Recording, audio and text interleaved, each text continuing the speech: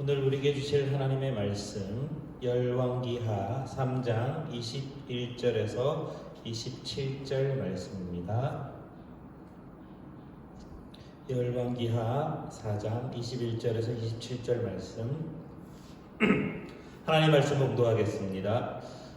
모압의 모든 사람은 왕들이 올라와서 자기를 치려한다 함을 듣고 갑옷을 입을 만한 자로부터 그 이상이 다 모여 그 경계에 서 있더라.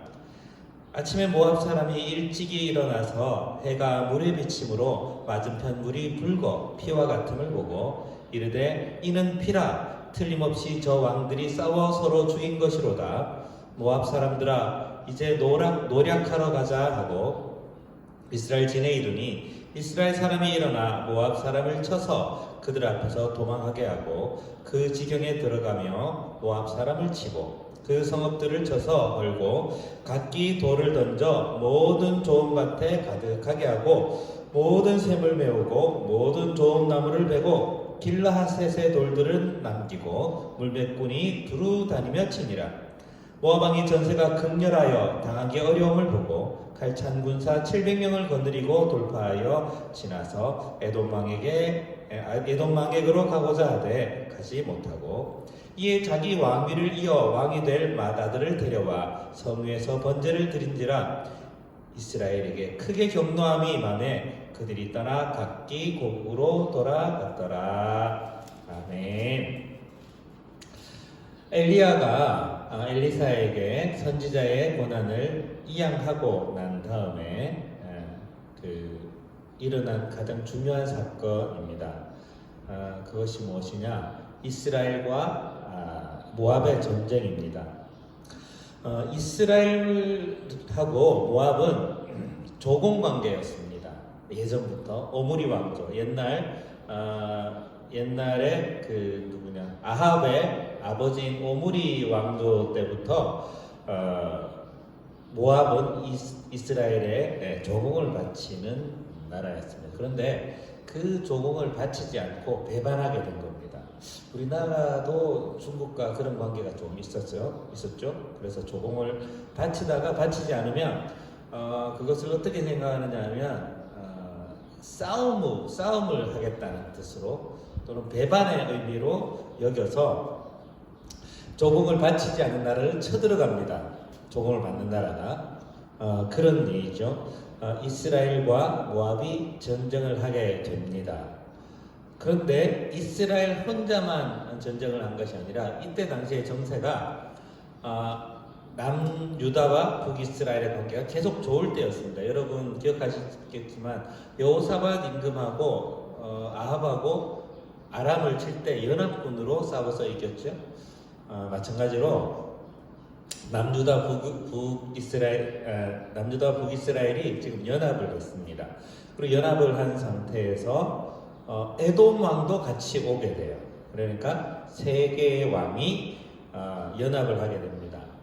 그런데 전쟁을 가기 전에 여호람 임금, 아합의 아들인 여호람 임금이 그 마음속으로 생각하기를 이렇게 바로 전쟁에 나갈 것이 아니라 하나님의 사람, 선지자에게 전쟁을 어떻게 치를 것인지를 물어야 되지 않을까 이렇게 생각하고 이 세 왕이 같이 엘리사를 방문합니다. 엘리야에게 임했던 고난이 엘리사에게 갔다는 얘기를 들었기 때문에 엘리사를 찾아갑니다. 근데 엘리사는 아합 임금은 잘 알지만 그 아들 여호람 임금은 잘 몰랐습니다. 처음 그 여호람 임금을 보자마자 선대 임금, 아합 임금 때의 그 악행들을 떠올리게 되겠죠. 그래서 그렇게 좋게 대하지 않아요. 퉁명스럽게 대합니다. 그런데 그 퉁명스럽게 대하는 엘리사를 여호람 임금이 아주 낮은 자세로 들어가서 엎드리면서 자기는 자기 아버지와 같지 않습니다 라고 얘기하고 자신이 바알의 신상도 깨고 그 산당도 헐었습니다 이렇게 신앙 고백을 했습니다. 그 신앙 고백을 듣고 엘리사가 마음에 감동을 받았죠. 그리고 좋은 예언을 합니다.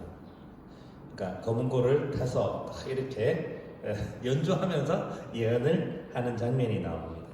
그리고 예언의 내용 가운데 어떤 내용이 나오는가 하면 개천을 골짜기에서 개천을 이렇게 팔아가는 그 예언의 메시지를 줍니다. 개천을 판다는 게 물이 흐르는 수로를 파라는 얘기죠. 그러니까 물이 흐르는 길이 있다면 새롭게 시내를 파라라는 얘기를 합니다. 그래서 그 시내를 파서 그 시내가에 그 시내로 오는 물로 동물들, 짐승들을 먹이라. 네, 전쟁을 하게 되면 말이나 다른 짐승들이 많지 않습니까? 그래서 그 짐승들을 먹이십시오. 그리고 그렇게 하면 하나님께서 저 모압의 나쁜 사람들을 당신들의 손에 맡기실 것입니다. 라고 예언합니다. 그 예언의 내용은 죽일 뿐만 아니라 그들의 그 산업의 전반을 다 깨뜨린다 라는 얘기가 나옵니다. 19절 말씀에 이렇게 있죠. 당신이 모든 견고한 성읍과 모든 아름다운 성읍을 치고 모든 좋은 나무를 베고 모든 샘을 메우고 돌로 모든 좋은 밭을 흘리다 이렇게 예언했죠. 그러니까 그들의 산업 전반을 완전하게 무너뜨릴 겁니다. 그 다음 재생불능하도록, 그러니까 함부로 그 이스라엘 나라를 대적하지 못하게 만들 것입니다 라고 예언을 합니다. 그리고 예언이 있고 난 다음에 전쟁이 시작되는데 그 전쟁의 시작이 참 재미있습니다.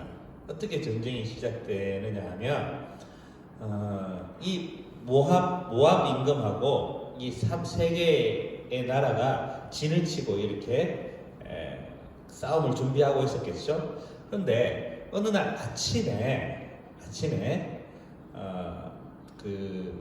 이 모압 군사들이 무엇을 봅니다. 무엇을 보느냐 하면 시냇가에 물이 줄줄줄 흘러내려오는데 그 물이 흘러내리는 그 모습하고 태양빛의 모습이 반사가 되면서 꼭 그것이 피 같아 보였습니다. 그러니까 핏물이 흐르는 것 같이 보였습니다.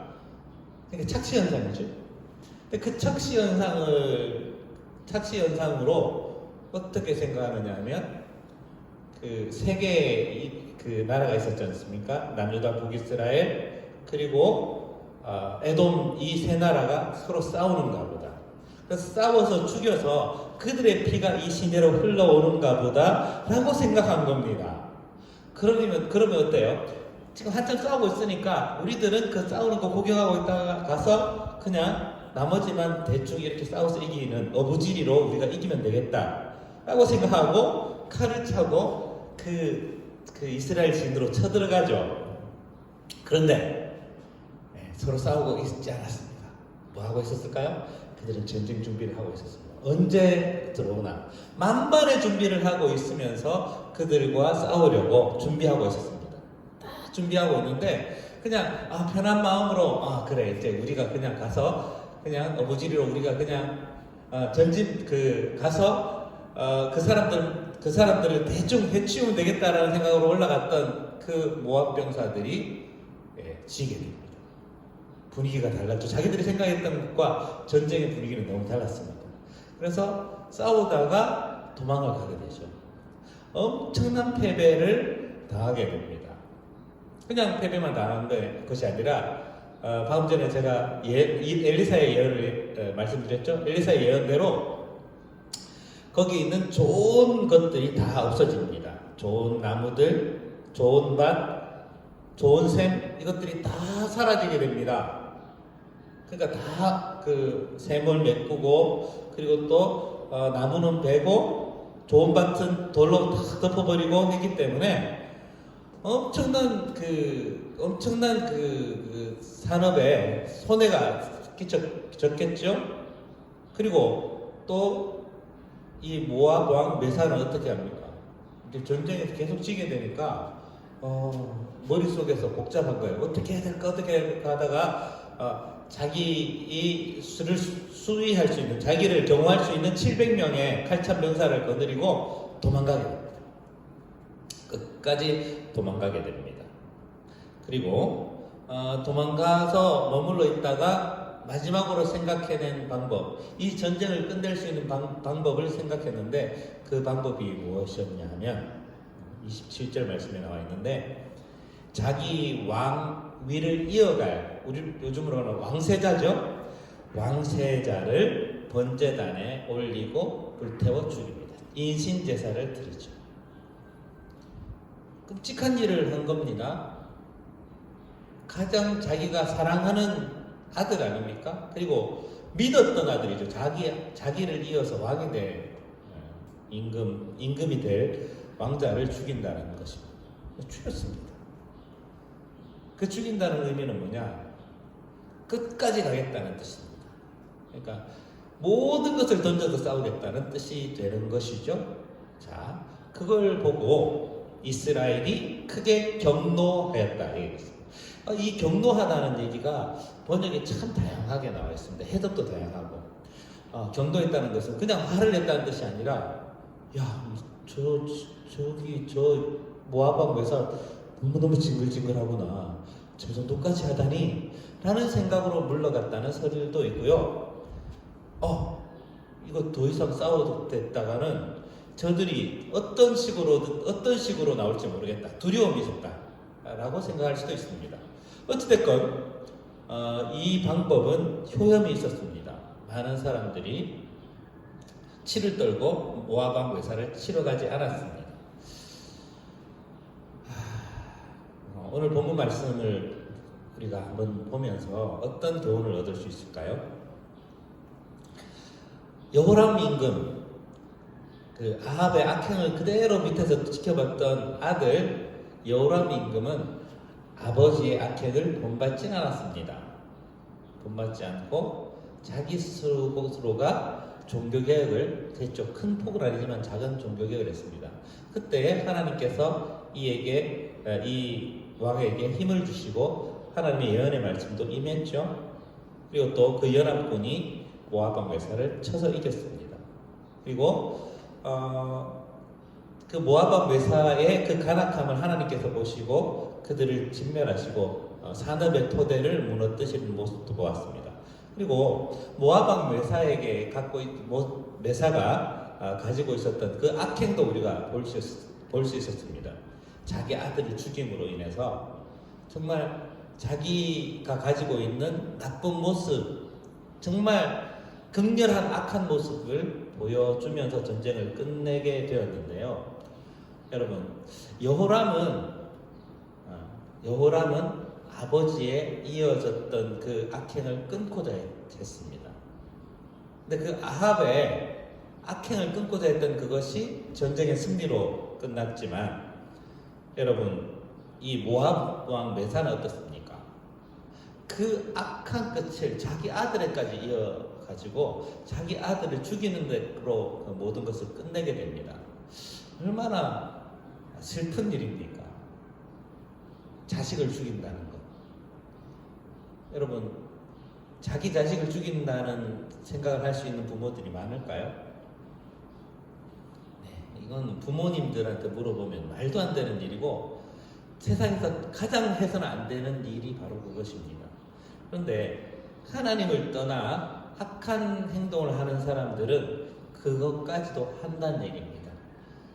인간의 본성, 사랑, 그리고 천륜, 인륜까지도 쉽사리 끊을 수 있다는 사실입니다. 여러분, 사람의 마음을 얻기 위해서, 전쟁이 이기기 위해서 모든 것을 하는 것, 19세기 이후, 20세기 이후의 전쟁이 딱 그런 전쟁이 많습니다. 전쟁에는 뭐 그게 없잖아요. 정해진 룰이 없고, 법이 없고, 정의도 없고, 끝까지 가는 게 전쟁 아닙니까? 근데 이 전쟁의 그 양상을 모압 왕 외사가 참 잘 보여줬죠. 그래서 저는 이 전쟁이라는 것이 얼마나 끔찍한 것인가를 다시 한번 생각하게 됩니다. 아들을 죽이는 것까지 가는 이 전쟁의 모습이 얼마나 슬픈 일입니까?